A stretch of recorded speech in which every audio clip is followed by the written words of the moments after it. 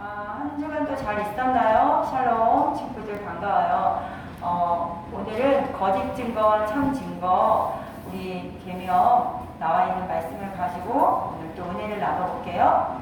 오늘의 말씀은 제 전도사님이 이 그림을 한번 보여줄게요. 이게 뭘까요? 요즘 친구들 코로나로 인해서 친구들도 못 만나고 사람들하고 서로 만나는 일이 없어지죠. 힘들어지죠. 어려워져서 주로 뭐로 만나요? 그쵸? 핸드폰 같은 걸로 뉴스를 많이 보도하는 걸 보고 친구들과 그렇게 연락을 할 거예요. 그런데 우리가 인터넷이나 핸드폰을 통해서 보는 수많은 뉴스와 정보들이 사실은 굉장히 가짜가 많다는 거 알고 계세요? 이것들에는 오히려 만들어낸 위조된 내용들이 너무나 많이 있대요. 그래서 거짓인지 아닌지도 보통의 사람들은 그 기사를 보면 그것을 구별해낼 수가 없대요. 그게 쉽지가 않대요. 그럴 정도로 이 세상에는 수많은 이야기들이 있지만 그 일에 대한 것들이 진위가 사실이냐 아니냐 또는 그 말이 진짜냐 아니냐를 분간해낼 수가 없다는 거예요. 그런데 우리 친구들이 또 이와 같이 친구들과 함께 봤을 때 그 영상이나 뉴스가 놀랍다, 대단하게 느껴진다. 그러면 어떻게 해요? 옆에 친구한테 공유하지요. 버튼 눌러서 클릭해가지고 복사해서 붙여넣기도 하고 해서 다른 친구들에게 추천도 하죠. 너 그 소식 들었니? 이거 한번 봐봐봐. 이렇게 공유하기도 해요. 그쵸? 또 어떤 일이 있을까요? 영상을 보고 구독 버튼 꼭 이런 거 공유, 댓글 이런 것들도 굉장히 많아요. 그래서 나라에서도 정부에서도 이런 걸 많이 활용하고 개인도 많이 이런 걸 활용하고 그래서 이런 것들이 굉장히 많이 우리 이 시대에 빈번하게 일어나는 일들인데 자, 전사님은 이 얘기를 한번 해주고 싶어요. 자, 이거 한번 보세요. 유럽에서 가짜뉴스가 구직 청년들의 돈벌이 수단이 된대요. 직장을 구하지 못해 가짜뉴스 사업에 뛰어들었다가 클린턴 웹사이트를 운영하면서 수익이 나지 않아서 트럼프의 대통령에게 유리한 가짜 뉴스를 가짜로 만들어내는 거예요. 그래서 그걸 인터넷이나 뉴스나 어떤 다른 그런 데에 올려서 많은 사람들이 그것을 보고 진짜인 것처럼 믿게 만들어서 사람들이 클린턴 대통령을 좋아하게끔 이미지를 바꾸는 그런 것들을 했다는 거예요. 근데 그게 돈벌이 수단이 돼서 너도 나도 가짜를 만들어내서 진짜처럼 만들어서 아닌 것을 기계 만드는 것으로 인해서 돈을 버는 사업에 뛰어드는 젊은 사람들이 많아졌다는 거예요. 왜냐하면 돈을 벌고 싶으니까 돈이라는 목적하에 가짜를 만들어내는 게 아무렇지도 않은 거, 거짓이라는 게 아무렇지 않게 느껴지는 그런 시대가 됐어요. 그래서 우리는 심지어 유튜브 같은 걸 통해서도 보면은 진짜 중요하다는 가치를 모르고 거짓을 막 올리는 경우도 많아요. 카메라를 조작하거나 아닌 것을 갖다가 짜집기 해서 진짜인 것처럼 만들어서 전혀 이것에 대해서 죄의식도 없이 이런 영상을 올리기도 하고 그것을 무조건 사람들이 많이 봐주고 믿어만 주면 좋은 것으로 느껴지는 그리고 또 방송국이나 유명인이 말했다 그러면 무조건 덮어놓고 믿기만 하는 이런 일들이 되게 많아요. 자, 자신의 이익을 위해서 자신이 심심해해서 재미있으려고 또는 자신이 나중에 어떤 명예를 얻기 위한 유익으로 또는 그것을 통해서 돈이 벌리기 위해서 아니면 내가 그 거짓을 만들어내서 싫어하는 사람이 피해보도록 일부러 만들어가지고 내가 기분상, 감정상 만족을 느끼기 위해서 이런 일들을 비일비재하게 많이 하고 있다는 거예요. 자, 우리가 참이냐 거짓이냐 거짓에 대해서 조금 더 민감하게 생각을 해볼 필요가 있어요. 우리 친구들이. 왜냐하면 이런 모든 것들은 무엇에서부터 출발이 돼요? 욕심에서부터 출발이 돼요. 뭔가 행하려고 하는 마음, 가지고자 하는 마음이 욕심인데 이 욕심을 부리는데 어떤 욕심이요? 그 욕심 가운데는 종교도, 생각이나 이념이나 가치관도, 돈도 내가 수단으로 무엇인가를 얻기 위해서는 이 욕심을 무엇으로 발동하냐면 거짓말이라는 수단을 이용해서 이것들을 얻는다는 거예요. 명예도, 돈도, 또 어떤 나의 외양의 경건해 보이는 모양과 생활과 습관과 모든 것들을 이 욕심을 차리기 위해서 하는 일들이 되게 많다는 거예요. 이걸 한번 생각해 보면 우리가 알 수 있을 것 같아요. 그 모든 것의 이유는 뭐예요? 돈을 버는 것, 뭐 하는 것?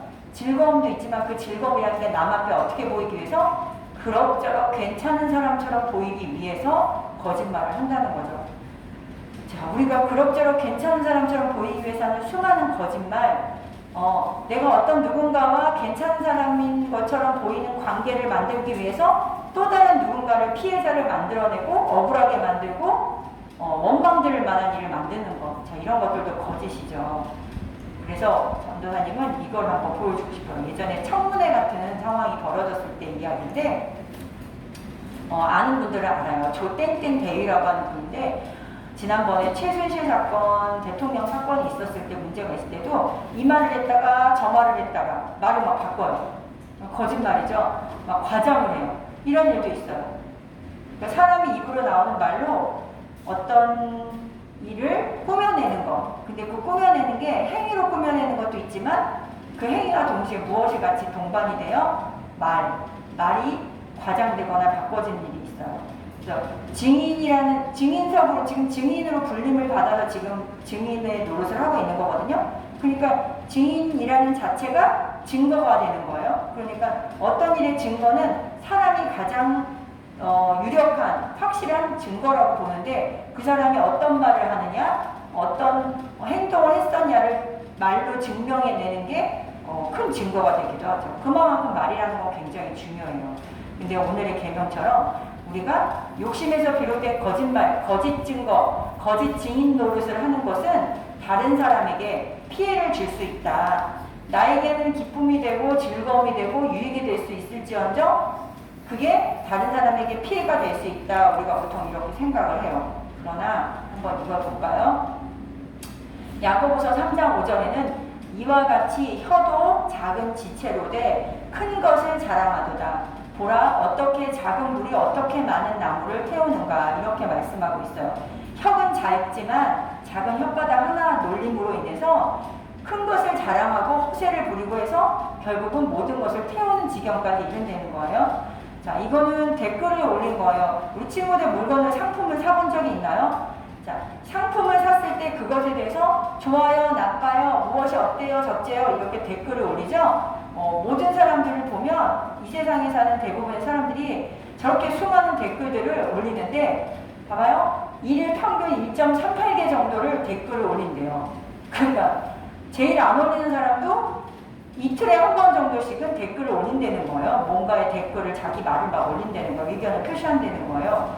그래서 이런 일들로 인해서 상품 후기를 이렇게 작성하기도 하고 거기에 뭐 어쩌고 말을 막 올리기도 하고 뭐 예를 들어서 내가 옷을 샀는데 옷이 뭐가 뭐 이래요 저래요 뭐 옷이 되게 품질 나빠요 어때요 나한테 맞지 않아요 사이즈가 이렇게 나왔어요 뭐 이런 말들도 올리죠. 근데 본인 뚱뚱한 거 생각 안 하고 막 본인 기준 생각 안 하고 어쨌거나 그것을 보고 다른 사람들은 그 글을 보고 판단을 하죠. 이 물건 좋다 나쁘다 어떻다 저쩌다.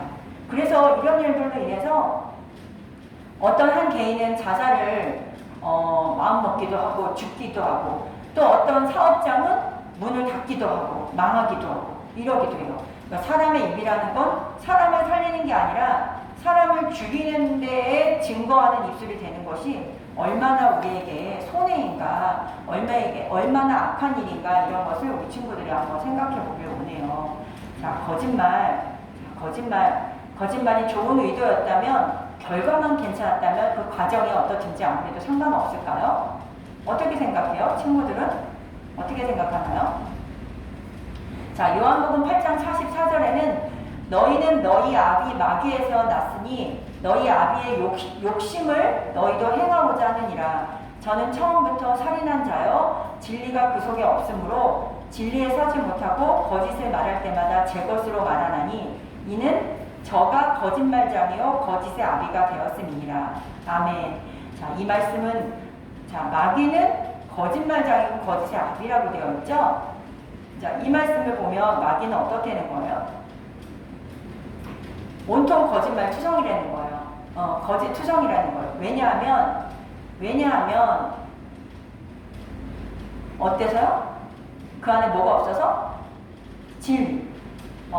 진리가 없기 때문에. 진리가 뭘까요? 진리. 변하지 않는 불변하는 망고의 진리 뭘까요? 예수님은 살아계신 하나님의 아들이시요 우리의 주시라는 것. 예수님은 우리를 위해 구원하신 구원자라는 것. 이런 하나님의 아들 되신 예수님이 곧 진리이고 말씀이시죠. 근데 그것이 그 안에 없기 때문에 하나님을 경외하고 경배하는 예수 그리스도를 품는 진리가 없기 때문에 이 마귀는 당연히 거짓말쟁이일 수밖에 없어요. 왜냐하면 진리가 없기 때문에 마귀는 어때요? 악할 수밖에 없죠. 완전한 선이신 예수 그리스도 하나님의 안에 계시지 않기 때문에 마귀는 악할 수밖에 없어요. 그래서 그와 같이 우리가 아담과 하와로부터 그 죄가 우리에게 들어옴으로 인해서 죄의 종노릇 하는 마귀의 자녀의 노릇을 하고 있었단 말이에요. 그러니까 우리는 본성 자체가 악해서 우리의 욕심을 따라서 말하고 행동하게 돼요. 순 거짓말들만 늘어놓게 돼요. 거짓말, 허세만 늘어놓게 돼요. 자, 에베소서 4장 29절을 보세요. 무릇 더러운 말은 너희 입 밖에도 내지 말고 오직 덕을 세우는데 소용되는 선한 말을 하여 듣는 자들에게 은혜를 끼치게 하라. 자, 이거는 우리 그러면 그렇게 우리는 불의하고 의가 있지 않기 때문에 진리가 없으면 그게 거짓을 말하기 때문에 우리의 본성이 악하기 때문에 거짓을 말할 수밖에 없다라고 했지만 그렇지만 우리가 그것은 예수님을 믿기 이전인 거고 예수님을 믿은 이후에는 그럼 우리는 어떻게 해요? 우리 안에 진리가 있죠. 우리 안에 예수님이 들어와 계세요. 말씀이 우리 안에 들어와 계세요. 그렇기 때문에 우리는 어떻게 살아야 돼요? 더러운 말은 입 밖에 내지 말아야 돼요. 어떻게 해야 돼요? 덕을 세우는 소용되는 선한 말을 해서 듣는 자들에게 은혜를 끼쳐야 돼요. 그런데 선한 말, 자 우리는 선한 말 할 수 있어요? 아까 말했듯이 선한 말 할 수 없어요. 선한 생각도 할 수 없어요. 우리는 악한 본성을 가졌기 때문에. 그러니까 우리에게서 나오는 선한 말은 없어요. 그럼 오직 어떤 말을 해야 돼요? 오직 복음, 예수 그리스도를 증거하는 말, 그를 기쁘시게 하는 말씀, 성령이 인도하시는 말씀의 위로와 증거, 그것이 곧 뭐예요? 선한 말이에요. 그러니까 우리 입술로는 무엇을 말해야 돼요? 내 감정, 내 생각, 거짓된 나의 모든 육체의 본성을 따른 말이 아닌 하나님의 성령의 생각에 의한 그리스도의 말씀, 성경, 이와 같은 말만 하여서 듣는 자들에게 은혜를 끼치게 하려는 거예요. 그것이 곧 뭐예요? 증인된 삶이고 증인이 곧 뭐라고 했죠? 증거예요. 증인이 가장 확실한 증거라고 아까 전도사님이 그 청문회 하는 장면을 통해서 설명할 때 얘기했죠. 자, 그러면 우리가 내 이웃에게 악한 말을 하지 않는 것, 악한 증인의 노릇을 하지 않는 것. 자, 이와 같은 우리가 십계명을 바라본 이 말씀을 통해서 본다면 이것은 우리가 거짓 증언, 거짓말하는 것, 거짓 증거 이렇게 단순히 생각할 게 아니라 그 거짓 증거라는 것은 육체를 따른 증거, 나의 만족과 다른 무엇인가를 만족시키기 위한, 사람을 만족시키기 위한 그런 증거가 아닌 하나님을 기쁘시게 하는 참 증거를 해야 된다. 우리의 입술을 그렇게 하면서 살아라 라는 계명으로 우리가 받아들여야 돼요. 갈라디아서 1장 10절을 보면 이제 내가 사람들에게 좋게 하랴 하나님께 좋게 하랴 사람들에게 기쁨을 구하랴 내가 지금까지 사람의 기쁨을 구하는 것이었다면 그리스도의 종이 아니니라. 아멘. 자, 친구에게 기쁨을 주기 위해서 또 다른 친구에게 상처를 주고 있나요? 또는 나의 기쁨을 위해서 다른 누군가에게 피해를 입히는 거짓 증언을 하고 있나요? 자, 이웃과 형제에게 이와 같은 일을 행하면 안 되죠. 왜냐하면 우리는 하나님을 기쁘시게 하는 사람들이라면 우리가 그와 같은 일을 행하면 안 돼요. 우리의 입술은 다른 사람을 즐겁게 하는 거짓 증거하는 거짓 입술이 되면 안 돼요. 우리의 입술은 복된 입술이 되어야 돼요. 어떤 복된 입술이요? 참 증거, 살아있는 증거, 오직 예수님만을 증거하는, 전파하는 복된 말만 하는 복된 입술이 되어야 돼요. 그런 증거, 증인의 삶을 사는 그런 우리 친구들이 되었으면 좋겠어요. 참 증거, 살아있는 증거라는 친구들이 되었으면 좋겠는데, 자, 보세요. 참 증거, 참 증인의 삶, 거짓 증거가 아닌 참 증거하는 사람. 자, 우리 친구들은 지금 참말, 참 진리, 참 증거하는 일에 용기를 내고 있나요? 그것에 대해서 적극적인 행동을 하고 있나요? 아니면 거짓된 것, 거짓 증거하는 일, 나를 나타내고 다른 사람과 나의 기쁨을 위한 거짓 증거하는 일에 더 적극적이고 용기가 있나요?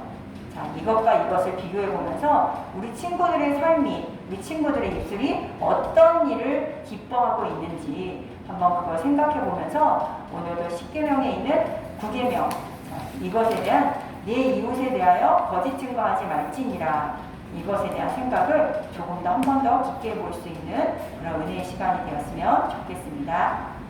기도할게요.